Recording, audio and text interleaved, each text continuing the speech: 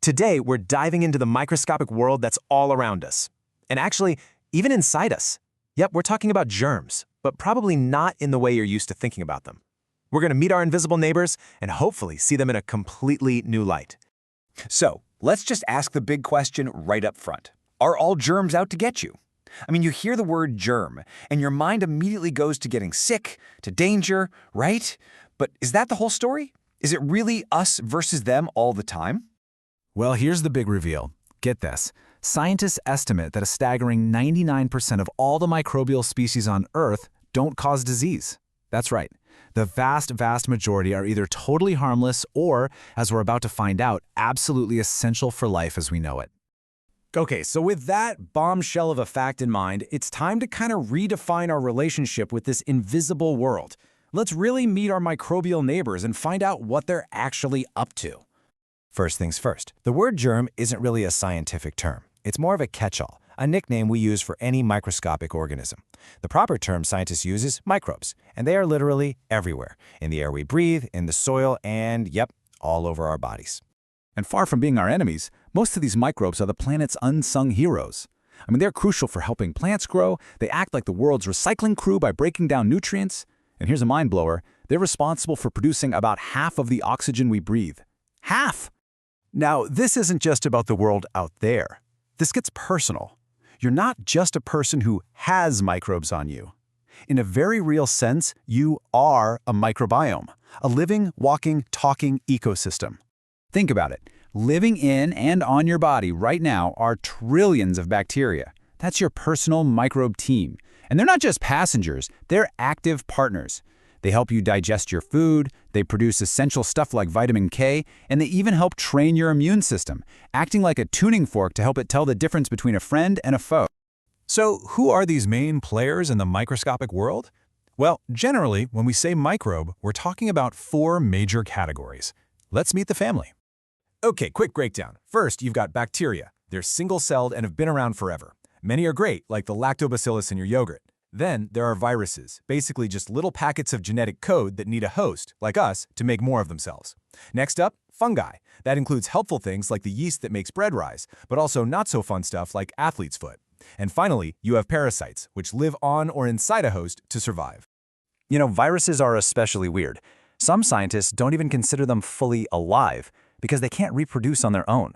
What they have to do is hijack one of our cells and turn it into a little virus-making factory. Pretty wild, right? All right, so now that we know most microbes are our friends, we can take a much calmer look at that tiny 1% that can cause problems. Let's talk about how they actually spread. This is what's called the chain of infection. The proper scientific term for one of these harmful microbes is a pathogen.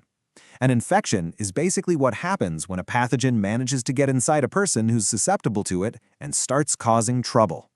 You can think of this whole process as a simple, 3-step chain of events. For an infection to happen, you need 3 things.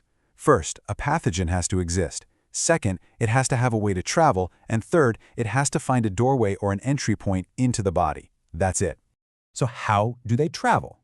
Well, there are 3 main routes. There's direct contact, person to person, like droplets from a cough. There's indirect contact, which is when you touch a surface that's contaminated, like your phone or doorknob. And then there's vector-borne, where an insect like a mosquito or tick gives it a ride. And where are those entry points? Well, a pathogen's favorite doorways into your body are pretty straightforward. Your eyes, your nose, and your mouth. Oh, and any cuts or scrapes on your skin. This is exactly why the simple advice, don't touch your face, is actually so powerful. Now, if infection is a chain, here's the really good news. We have the power to break it. And as you're about to see, the ways to do it are a lot simpler than you might think. So here's the whole strategy, the big idea.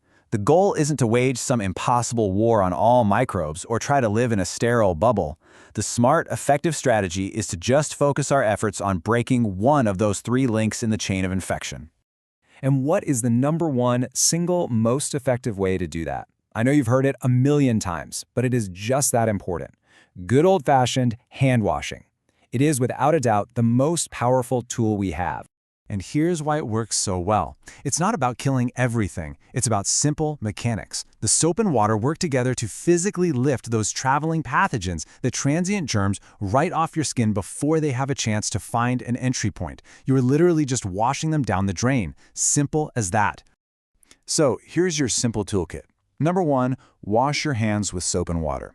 If you can't get to a sink, a hand sanitizer with at least 60% alcohol is the next best thing. And finally, just take a minute every now and then to clean those surfaces you touch all the time. Your phone, your keyboard, doorknobs. Easy. And that really brings us to the main point of all this. Understanding how this stuff actually works. Knowing the difference between our helpful microbe friends and the few bad actors, and knowing how easy it is to break that chain of infection. That awareness is so much more powerful than just being anxious about it. So I'll leave you with this final thought. Instead of worrying about germs, how does it feel to know that you are a living, breathing planet hosting trillions of tiny neighbors who are mostly working around the clock to keep you healthy? When you think about it that way, it's pretty amazing.